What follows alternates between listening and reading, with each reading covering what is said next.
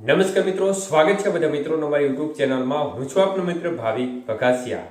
તો મિત્રો, ખાસ કરીને આ વિડીયોના માધ્યમથી આપણે વાત કરવાની છે સિસ્ટમ ગુજરાતથી કેટલી દૂર છે અને હાલની સિસ્ટમની સ્થિતિ કેવી છે અને આજે ગુજરાતના કયા કયા જિલ્લાઓમાં ધોધમાર વરસાદ જોવા મળશે તે વિશેની સંપૂર્ણ માહિતી વિડીયોમાં જોશું. તો જે પણ મિત્રો નવા છે તે ચેનલને સબસ્ક્રાઇબ કરી લેજો.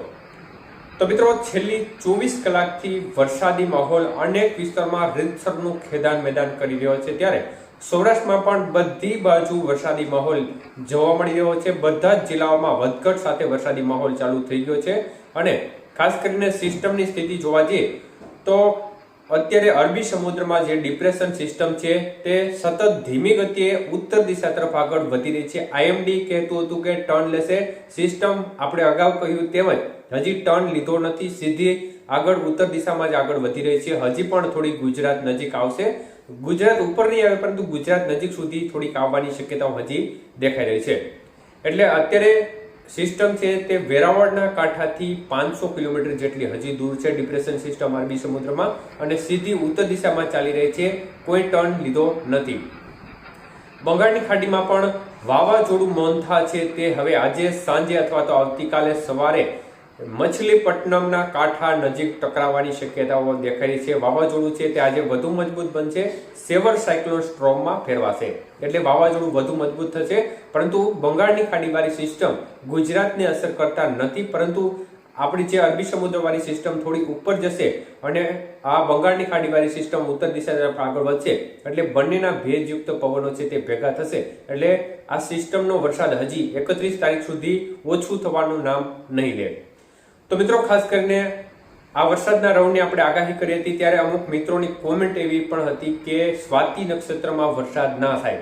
તો મિત્રો, આ તમે અત્યારે જોઈ રહ્યા છો વરસાદના આંકડા. એવું ના હોય કે સિસ્ટમ હોય અને વરસાદ ના થાય, મતલબ કે સિસ્ટમ હોય ત્યારે વરસાદ થતો જ હોય છે, પછી કોઈ પણ નક્ષત્ર હોય ત્યારે મિત્રો ખાસ કરીને આ રાઉન્ડની સ્થિતિ જોવા જઈએ તો મહુવામાં આ રાઉન્ડમાં 12 ઇંચ વરસાદ જોવા મળ્યો છે. અમરેલીનું રાજુલા 11 ઇંચ વરસાદ આ રાઉન્ડમાં, જ્યારે ગીર સોમનાથના લગભગ તમામ સેન્ટરોમાં 5 ઇંચ કરતાં વધુ વરસાદ જોવા મળી રહ્યો છે. તો દક્ષિણ ગુજરાતના ભાગોમાં પણ તે પ્રકારે જ આંકડા છે. 5-7 ઇંચ સુધીના વરસાદી આંકડા મોટા ભાગના સેન્ટરોમાં જોવા મળી રહ્યા છે. મધ્ય પૂર્વ ગુજરાતના ભાગોમાં પણ સારો વરસાદનો માહોલ જોવા મળી રહ્યો છે. તો છેલ્લી 24 કલાકથી વરસાદની તીવ્રતા વધી ગઈ છે. સાંજથી એમાંથી વરસાદનું જોર વધુ વધ્યું છે અને કાંઠો રીતસરનો ધોવાઈ રહ્યો છે. સતત એમાં 2 થી 3 દિવસથી એક ધારો વરસાદ જે કાંઠો વિસ્તાર છે તેમાં ચાલુ છે. ત્યારે ખાસ કરીને અત્યારે જે વરસાદી માહોલ જોવા મળી રહ્યો છે તે 31 તારીખ સુધી ચાલુ જ રહેશે. ત્યારબાદ પણ છૂટો છવાયો પડશે, પરંતુ વરસાદની તીવ્રતા વિસ્તાર છે તેમાં મોટો ઘટાડો થઈ જશે. તો ખાસ કરીને મિત્રો અત્યારે જોવા જઈએ તો આજે એટલે કે આવનારી 24 કલાકની અંદર વરસાદની ગતિવિધિ કેવી રહેશે તે વિશે વાત કરીએ તો મિત્રો, સિસ્ટમ અત્યારે થોડી ઉત્તર દિશા તરફ ચાલશે અને ત્યારબાદ ધીમી ગતિએ જો થોડી પશ્ચિમ તરફ વધશે તો આ સંજોગોમાં વરસાદના વિસ્તારો છે તે સૌરાષ્ટ્રના ભાગોમાં હજી પણ રહેવાની શક્યતાઓ છે. આવનારી 24 કલાકની અંદર સ્થિતિ જોવા જઈએ તો દક્ષિણ ગુજરાતના બધા ભાગોમાં શક્યતાઓ હજી પણ રહેશે. દક્ષિણ ગુજરાતમાં ભરૂચ, સુરત, વાપી, વલસાડ, દમણ, દાદરા નગર હવેલી, તાપી, નર્મદા, ડાંગ સહિતના ભાગો છે તેમાં છૂટો છવાયો વરસાદી માહોલ, હળવો મધ્યમ વરસાદ જોવા મળશે અને કોઈ સેન્ટરમાં ભારે વરસાદ પણ જોવા મળશે. સૌરાષ્ટ્રના ભાગોની વાત કરીએ તો સૌરાષ્ટ્રના ભાગોમાં હજી પણ ખતરો ટળવાનું નામ નથી લઈ રહ્યો. ત્યારે આજે પણ જામનગર, દ્વારકા, પોરબંદર, રાજકોટ, જુનાગઢ, ગીર સોમનાથ, અમરેલી, ભાવનગર આ જિલ્લાના ભાગો ખાસ સાવચેતી રાખવી. આ જિલ્લાના ભાગોમાં હજી પણ મધ્યમથી ભારે અને કાંઠાના અમુક વિસ્તારમાં અતિ ભારે વરસાદની શક્યતાઓ પણ દેખાઈ રહી છે. જ્યારે બોટાદ, સુરેન્દ્રનગર, મોરબી જિલ્લાના ભાગોમાં પણ છૂટો છવાયો વરસાદી માહોલ યથાવત રહેશે. મધ્ય પૂર્વ ગુજરાતના ભાગોમાં ગઈકાલ કરતાં આજે વરસાદનું જોર થોડું ઘટે, પરંતુ ત્યાં પણ વરસાદની ગતિવિધિ ચોક્કસપણે આજે પણ જોવા મળશે. અમદાવાદ, આણંદ, ખેડા, વડોદરા, નડિયાદ, ગોધરા, દાહોદ, પંચમહાલ, છોટાઉદેપુર, મહીસાગર સહિતના ભાગો છે તેમાં પણ છૂટો છવાયો વરસાદી માહોલ જોવા મળશે.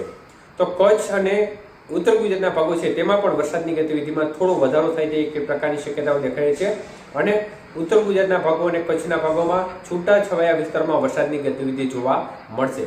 પરંતુ આપણે રાઉન્ડ શરૂ થયો ત્યારે પણ કહ્યું હતું કે સૌથી ઓછી અસર ગણી શકાય તે પ્રકારે ઉત્તર ગુજરાત અને કચ્છના ભાગોમાં આ સિસ્ટમની અસર ઓછી જોવા મળશે, પરંતુ વરસાદ તો ત્યાં પણ જોવા મળશે, પરંતુ સૌરાષ્ટ્ર અને દક્ષિણ ગુજરાતના ભાગોમાં જે વરસાદ પડશે તેના કરતાં ઉત્તર ગુજરાત અને કચ્છના ભાગોમાં ઓછી અસર જોવા મળશે. તો તે પ્રકારની સ્થિતિ અત્યારે બની રહી છે.